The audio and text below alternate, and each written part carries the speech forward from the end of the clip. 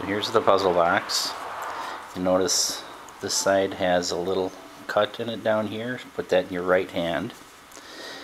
Then this one moves up, over, in,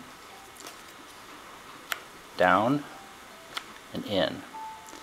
Then the sides both go up, over, and down, up, over to the right, and down. And then you can slide the top off. And the little cut here is because there's a false bottom down here. If you lift both of these ends up, then you can get the bottom out. It's pretty tight, but it'll come out.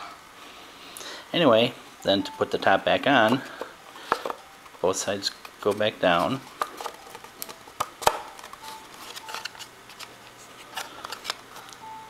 Slide the top back on.